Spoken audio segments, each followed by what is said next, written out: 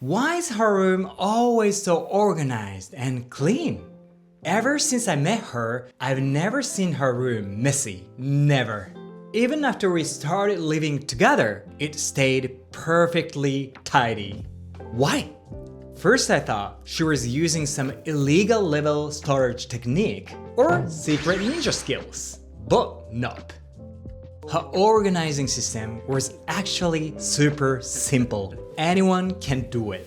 So here are 10 things I learned from her about keeping a space calm and organized.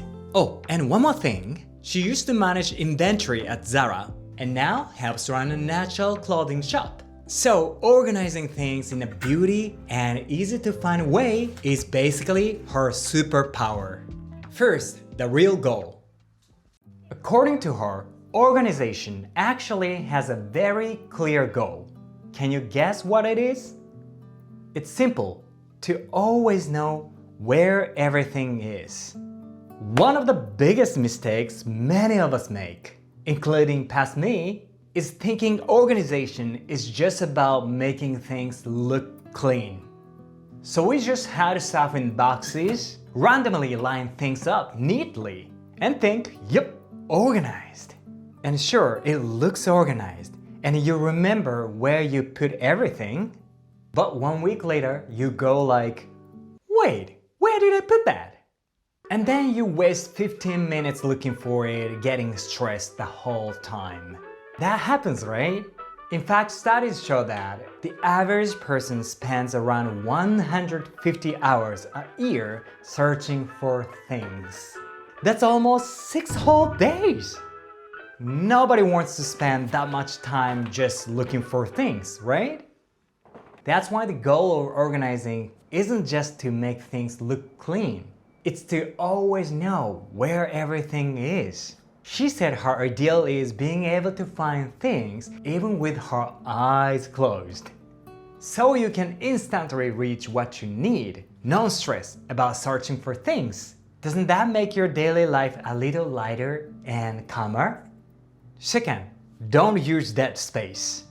A lot of organizing tips in Japan say, make use of dead space. But is that really a good idea? Because she actually does the opposite. For example, she has a huge empty space above her closet, but she doesn't use it at all. Why? I asked her and she told me, yeah, I want to use it too. But once I started putting things there, more and more stuff slowly piles up. And because it's hard to see, I eventually forget what's even up there. Then I was like, if the goal is to always know where everything is, then storing things in hidden dead spaces kind of defeats the whole purpose. I personally use a lot of dead space, so that realization kind of blew my mind. Now, some people might be thinking, if I stop using dead space, where should I put all my stuff? It's overflow. And that's exactly the next point matters so much. Third, own less stuff. I know this sounds cliche, but if you want your room that stays organized, you need to have less stuff. It's simple because the fewer things you own, the easier it's to know where everything is, right? And funny enough, once you own less, you barely need any fancy storage tricks anymore. No need to use dead space, no complicated organizing systems. Yeah, for example, if you own tons of pens, you probably need dividers and categories to organize them. But if you only have 3 pens, you don't really need any of that. You could probably find any pen even with your eyes closed, right? That's why at first reducing your stuff matters so much. If you need help with that, try watching this video. And once you reduce your stuff, you're finally ready for the next step. Fourth, organizing by category. Yet this is the foundation of her organizing system. Let's take a look at her closet.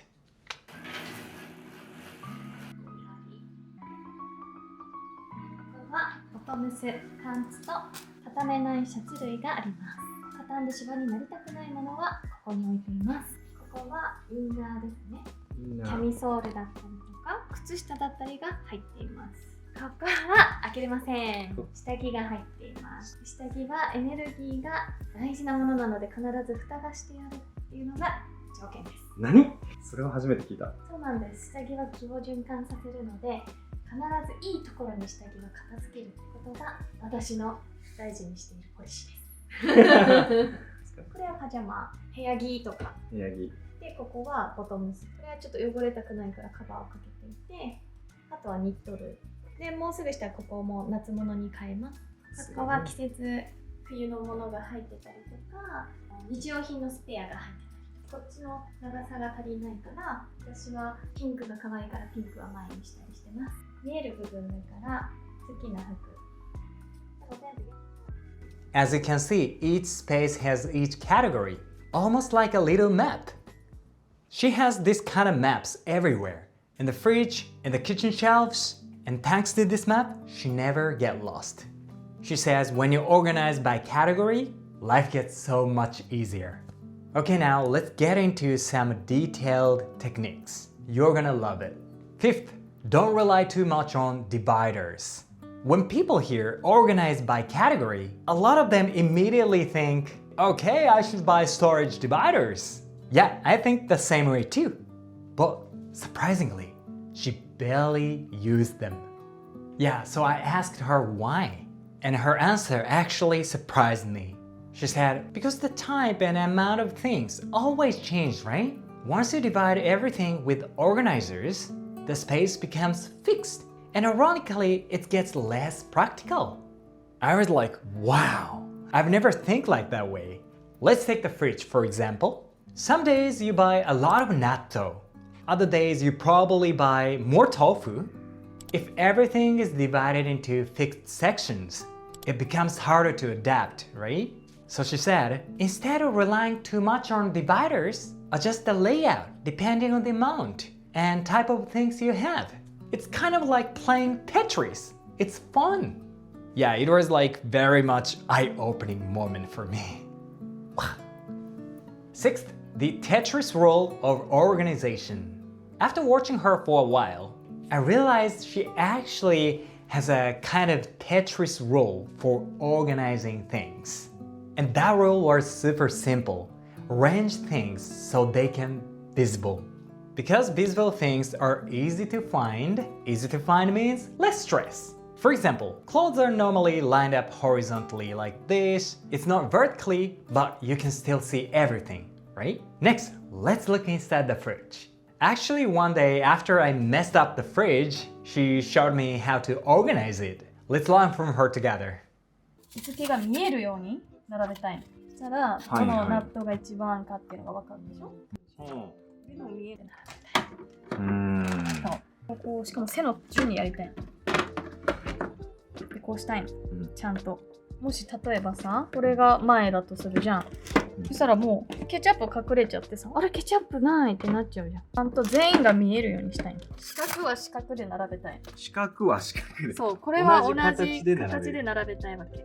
こういうのも同じ丸だからここで。こういうのもこういう細かいのはこうして何がどこか分かるように手前に入れるわけ。美しいでしょ？美しい。野菜は基本縦が嬉しいんですけど、つけない。なんで？だって変わるじゃん、野菜も。野菜室開いてみて。野菜室。おー、全部見える。だからお料理するときも分かるんだよ。これを見て献立を。だからちゃんとこう見えるように。この綺麗な空間を見るだけでこれを見ながらお酒が飲めそう。How was it? Did you learn something new? And finally, I found there is actually one more technique she uses. She doesn't force things into the bag. For example, if you had a narrow shelf like this, how would you place your seasonings? Most people would probably fill it from the bag first. But then getting things out becomes a hassle, right? So instead, she intentionally keeps things only in the front side. Sure, you can store things less that way, but she prioritizes visibility over quantity. So that things are easy to see, easy to grab, non-stress. So give these small tips a try. 7th, open and close storage. I set her rule to arrange things so they stay visibly, but that doesn't mean everything. She has mainly 2 ways. For things she uses often, she keeps them easy to see using open storage. But for things she rarely uses, she hides them away completely using closed storage. For example, everyday clothes stay out in the open like this. You can grab it instantly. But off-season clothes stay in these boxes, which makes the room cleaner and calmer. I personally prefer open storage for almost everything because I'm kind of lazy. But anyway, try balancing them into your own space too. 8th, a new way to choose home. People often say that organizing starts with giving everything a home. And do you have a clear rule for it? I do. Mine is simple. Put things where they're easy to put back. If you're curious that idea, check out this video. But for now, let's focus on her rule. Apparently, her basic rule is place things where they're easy to grab. But she also has one more interesting rule. That is, put things where they feel happiest. I guess your brain's like, what? I know.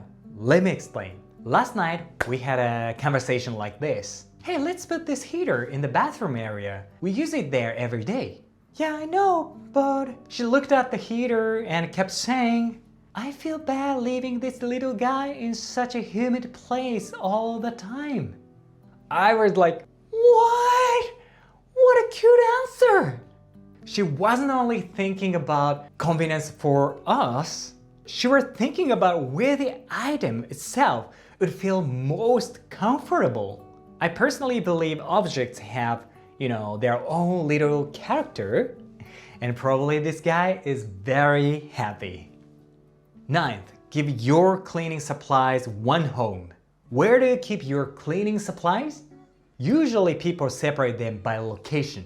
Bathroom cleaner stays in the bathroom, toilet cleaner stays in the toilet. That feels normal, but she does actually something completely different. Look at this. Almost all the cleaning supplies are stored together in one spot. Honestly, at first, I was like, why? Why again? Because every time I clean, I have to open it and take them out and bring them to each place. It's hassle. So I said to her, isn't that super inconvenient? And she said something interesting. I know it's inconvenient, but so that we can easily see how much detergent is left.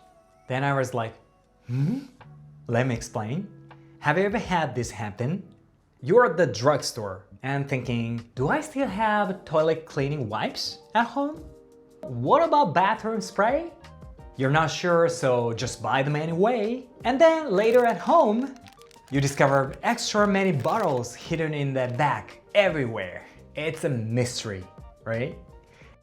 So why did that happen? Because you don't know how much you have left. And why you don't know? Because your cleaning supplies is stored in different places. That's why she created one home for them. So that with one glance, you know exactly what's running low. No unnecessary shopping, no duplicate purchases. There is another benefit too, because there are no cleaning supplies left out in the bathroom or toilet. The space feels simpler and calmer. 10th, buy things with a story behind them. Okay, this is the last one. Okay, let's say you reduce your stuff, you organized everything beautifully, but if you keep buying new things non-stop, eventually the clutter comes back again, right? So the final step is about the mindset that helps you stop overbuying. This is her mindset and it goes like this. Buy things with a story behind them. This might surprise you, but she used to be a maximalist. Yeah, she loved trends and bought new clothes and cosmetics almost every week. But one day while working at Zara, a customer asked her, "Who made this clothing? How was it made?" She had no idea and couldn't answer. That moment really stayed with her, and she thought, I'm buying and even selling clothes without knowing their story. It feels kind of wrong to me. That's why she left Zara and started working at a handmade natural clothing shop.